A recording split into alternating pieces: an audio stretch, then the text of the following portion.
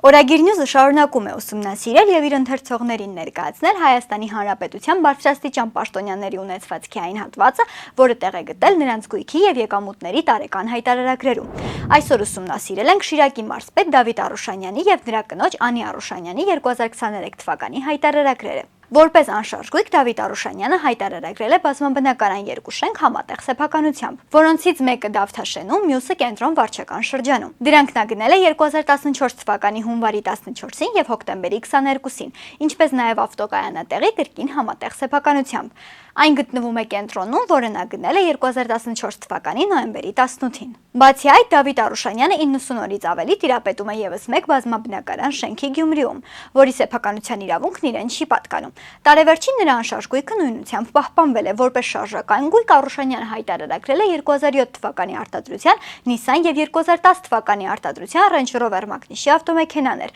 որոնք նա գնել է 2018 թվականի մայիսի 30-ին եւ 2016 թվականի հունիսի 8-ին։ Տարեվերջին այս մեքենաները եւս պահպանվել են։ Արուշանյանի բանկային հաշիվներին եղել է 2 միլիոն դրամ, որը տարեվերջին պահպանվել է։ Նա ունեցել է 13 միլիոն դրամ, 30,000 դոլար եւ 18,000 եվրո կանխիկ գումար, որը տարեվերջին կազմել է 12 միլիոն դրամ, 25,000 դոլար եւ 18,000 եվրո։ 2023 թվականի հաշվետու տարում նրա եկամուտները կազմել են 9 միլիոն 702,420 դրամ, որը Հայաստանի Հանրապետության ազգային ժողովից ստացած աշխատավարձն է։ Ստացված վարկերի եւ փոխառությունների մայր գումարի մնացորդը հաշվետու տարվա դեկտեմբերի 31-ի դրությամբ կազմել է 23 միլիոն 517,220 դրամ։ Մարզպետի կինը Անի Արուշանյանը անշարժ գույքի բաժնում հայտարարագրել է համատեղ սեփականությամբ երկու բնակարան Երևանում, գնված 2014 թվականի հունվարի 14-ին եւ հոկտեմբերի 22-ին։ Ավտոտնակ Երևանում համատեղ սեփականությամբ գնված 2014 թվականի նոյեմբերի 18-ին, ինչպես նաեւ միանձնասեփականությամբ բնակարան Գյումրիում գնված 2015 թվականի նոյեմբերի 25-ին։